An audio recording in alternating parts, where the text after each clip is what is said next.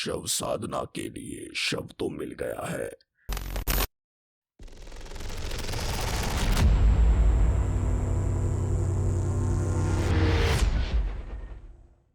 तो दोस्तों, अगर आप भी हमारे चैनल पे पहली बार आए हैं तो हमारे चैनल को सब्सक्राइब कीजिए, क्योंकि मैं हिंदी में आपके लिए मजेदार गोस्ट स्टोरीज लाता रहता हूँ, जिसे सुन के आपको बहुत मजा आएगा और आप मेरी आवाज के फैन हो जाओगे। तो चलिए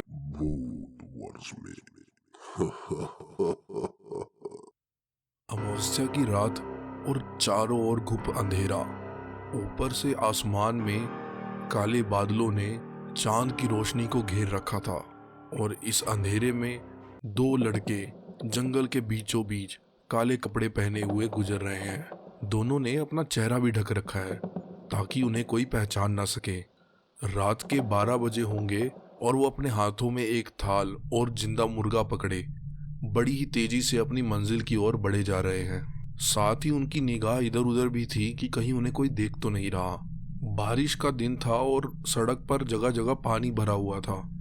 उन गड्ढों को आसानी से पार करते हुए कुछ मंत्रों का जाप करते हुए चले जा रहे थे। कुछ देर बाद वो गांव की सीमा से जंगल में दाखिल हो गए और आगे बढ़ने लगे। हाँ, हमें किसी ने देखा तो नहीं?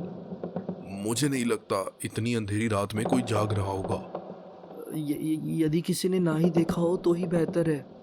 विशेष पूजा का समय निकला जा रहा है, अगर तुम समय से चलो तो ही अच्छा होगा। दोनों दोबारा तेज कदमों से आगे बढ़ने लगे। इसी बीच एक कुत्ता दौड़ता दौड़ता आया और उनके आगे आके जोर जोर से भौंकने लगा। इतने में एक लड़के ने नीचे से पत्थर उठाया और उसे जोर से दे मारा। पत्थर लगते ही कुत्ता जोर जोर से चिल्लाने लगा और वहां से भाग गया। अब वो दोनों सड़क से उतरकर पगडंडी के रास्ते आगे बढ़ने लगे।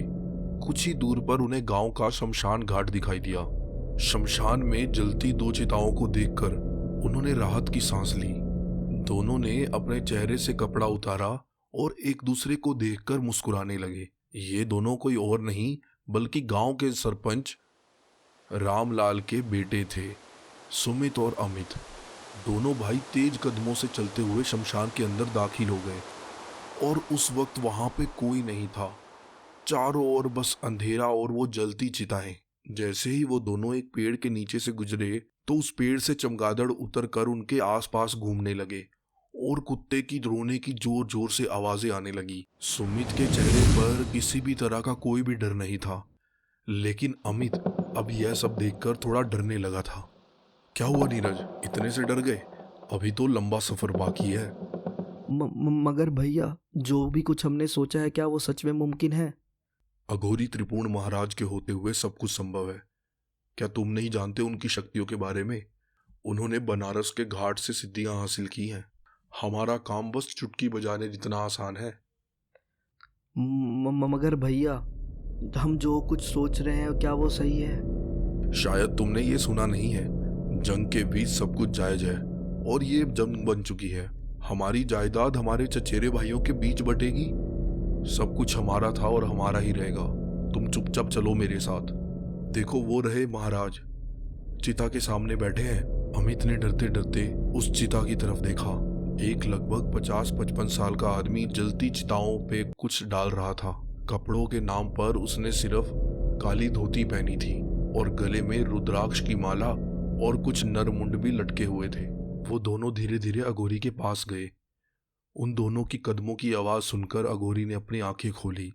उसकी आंखें पूरी लाल और डरावनी थी।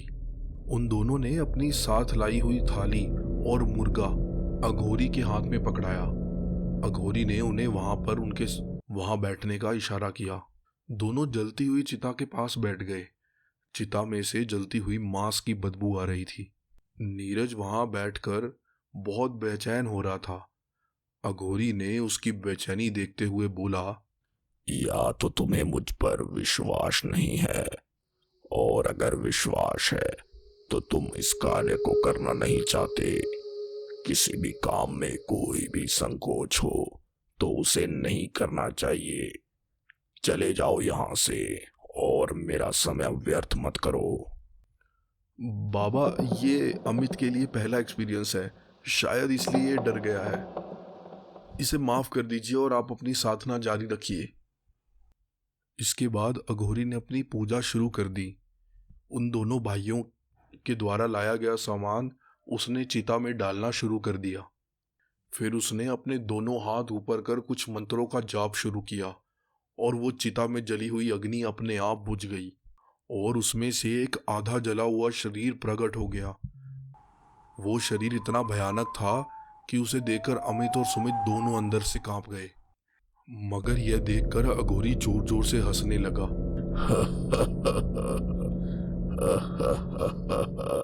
शव साधना के लिए शव तो मिल गया है, लेकिन अभी बहुत लंबी यात्रा बाकी है। यह सब कहते ही अघोरी ने सुमित की तरफ कुछ इशारा किया। इशारा देखते ही सुमित ने झटके से अपने भाई को उस लाश की जगह लेटा दिया और रस्सी से बांध दिया। अघोरी के मंत्र पढ़ते ही चिता दोबारा प्रज्वलित हो गई थी। अघोरी और सुमित ने मिलकर अमित को जीवित ही जला दिया था। अमित की चिल्लाने की आवाजों से पूरा शमशान गूंज रहा था। सुमित अब अघोरी के दूसरे आदेश का इंतजार कर रहा था। बाबा, मैंने अपने भाई की बलि दे दी है, अब सारी जायदाद मेरी हो जाएगी ना? तुम्हारा बलिदान बेकार नहीं जाएगा। जल्द ही तुम्हारे रास्ते के सारे कांटे अपने आप हटते जाएंगे और तुम अकेले ही उस घर के वारिस बचोगे। जैसे ही मेरी शव साधना खत्म होगी तो ये शव पिशाच के रूप में मेरा गुलाम बन जाएगा। आगे जो कुछ भी होने वाला है शायद तुम ये सब देख नहीं पाओगे, इसलिए अपनी आंखें बंद कर लो। सुमित की आंखों पर अघोरी के विश्वास की पट्टी बंधी हुई थी, इसीलिए अघोरी के कहने पर सुमित ने अपनी आंखें बंद कर ली। अघोरी ने वो जली हुई लाश अपने कंधे पर रखी और चिता से थोड़ा दूर ले जाकर एक काले कपड़े पर लाश को बिछा दिया। लाश के चारों तरफ खून का एक चक्र बनाया गया और सुगंधित धूप से उस लाश के चारों ओर खुशबू फैलाई गई। अघोरी पूजा के एक एक सामान के साथ उस लाश के अंदर प्राण का आवाहन कर रहा था। अघोरी ने उस रेखा के चारों ओर 5 बार चक्कर लगाया और कुछ मंत्र बुदबुदाने लगा। आखिर ने उसने एक चाकू से अपने हाथ को काटा और अपने खून का तिलक उसके माथे पर कर दिया। फिर शराब की कुछ बूंदें उस शव के मुंह में डाली और लगातार मंत्र का उच्चारण करता रहा। कुछ देर के बाद उस लाश ने अपनी आंखें खोल दी और तांत्रिक खुशी से झूम उठा। तांत्रिक ने हंसते हुए बोला, सुमित, तुम्हारे लिए खुशखबरी है। पिशाच जिंदा हो गया है। अब तुम्हारे खानदान में कोई भी नहीं बचेगा। अघोरी की बातें सुनकर पंकज ने अपनी आंखें खोली और उसकी लाश की तरफ देखा। सुमित ने देखा कि वो लाश किसी मनुष्य की तरह अघोरी के सामने बैठी हुई थी और अघोरी के हाथ से निकलता हुआ खून पी रही थी। अघोरी के कहने पर सुमित ने वो दोनों जिंदा मुर्गे उस लाश के सामने रख दिए। मुर्गे रखते ही उस लाश ने दोनों मुर्गे एक साथ चबा दिए और उनको निगल गया। मुर्गा खाते हुए उस पिशाच की शक्ल इतनी भयानक लग रही थी कि एक पल के लिए तो अघोरी के चेहरे पर भी भय का भाव आ गया था। अपना भोजन खत्म कर वो लाश अघोरी की तरफ देखने लगी और अपने आदेश का इंतजार करने लगी। सुमित, अब ये लाश पूरी तरह से हमारी गुलाम है। तुम इसे आदेश दो। वो लाश जोर जोर से चिल्ला रही थी और उसकी आवाज से पूरे शमशान में शोर हो रहा था। सबसे पहले तुम्हें मेरे चाचा को मारना होगा, वो वैसे भी बिस्तर में है, उन पर किसी को भी शक नहीं होगा। यह सुनते ही वो लाश गुस्से से अमित की ओर देखने लगी। उसकी लाल आंखों में इतना जुनून था कि वो कुछ भी कर गुजरेगी। वो पिशाच वहां से गायब हो गया और झट से उसके चाचा के घर पहुंच गया। उसने देखा कि एक 70 साल का बूढ़ा आदमी बिस्तर पर लेटे लेटे खांस रहा था और उनकी पत्नी पीठ को सहला रही थी। इतने में अचानक से उस कमरे में धुआं भर गया। धुएं के कारण वो बूढ़ा आदमी सांस नहीं ले पा रहा था और देखते ही देखते उस बूढ़े आदमी का दम घुटने लगा। पिशाच ने उस बूढ़े आदमी की गर्दन पर अपने दांतों से काट लिया और उस बूढ़े आदमी के प्राण पंखेरु हो गए और इसी के साथ कमरे का धुआं भी खत्म हो गया और उस बूढ़े आदमी का शरीर सफेद पड़ गया।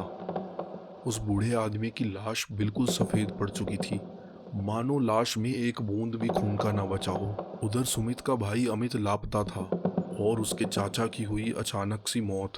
पूरा परिवार सदमे में था, पर इस बात का राज सिर्फ सुमित को ही पता था। एक एक कर हादसे में उसके परिवार के सारे लोग खत्म होते जा रहे थे और पूरे गांव में ढिंढोरा फैल गया था कि चौधरी परिवार के घर में एक एक करके मृत्यु होती जा रही है। लोगों में ये बातें फैलने लगी कि कुछ समय तक तो ये सब जमीन जायदाद के लिए लड़ रहे थे, लेकिन आज उन जमीन जायदाद को बांटने वाला कोई भी बस्ता दिखाई नहीं दे रहा। गांव वालों की बातें सुनकर सुमित को अंदर ही अंदर शर्मिंदगी महसूस होने लगी। उसने तय किया कि वो अघोरी बाबा से जाकर मिलेगा। उसने अपने सगे भाई को जायदाद की लालच में मार दिया था। वो उस अघोरी से मिलने के बारे में सोचने लगा, मगर उसे पता चला कि वो अघोरी किसी काम से गांव से बाहर गया हुआ है। सुमित खामोश होकर फिर से आज अपने किसी घर वालों की मौत का इंतजार करने लगा। कुछ देर बाद वो पिशाच सुमित को अपने घर में नजर आया। आज बारी उसके पिता की थी। सुमित के सामने उस पिशाच ने उसके पिता को मौत के घाट उतार दिया और बेरहमी से मार डाला। अब सुमित को जायदाद के लिए और कोई मौत नहीं चाहिए थी। अगले दिन वो अघोरी के पास पहुंचा और कहने लगा, बाबा बस कीजिए, अब बंद कर दीजिए यह मौत का तांडव। अब मैं अपने किसी भी परिवार वालों की मौत नहीं देख सकता। ये नामुमकिन है। पिशाच का आवाहन जिस काम के लिए किया जाता है वो उसे पूरा कर कर ही लौटता है। अब उसे कोई भी नहीं रोक सकता। तुमने उसे अपने परिवार वालों की मौत के लिए आह्वान किया है, अब वो अपना काम पूरा करके ही मानेगा। एक एक कर उसका पूरा परिवार खत्म हो गया। सुमित पिशाच के डर से और अपने परिवार वालों की मौत के पछतावे में पागलों की तरह अपनी जिंदगी बिताने लगा। वो पूरा पागल हो चुका था और गांव छोड़कर कहीं दूर चला गया। उस दिन के बाद उसे गांव में किसी ने भी नहीं देखा। अंत में जिस जायदाद के पीछे पूरा परिवार लड़ रहा था, अब वो जायदाद लावारिस पड़ी हुई थी। कहीं आप भी तो जायदाद के लालच में अपने परिवार वालों को धोखा तो नहीं दे रहे?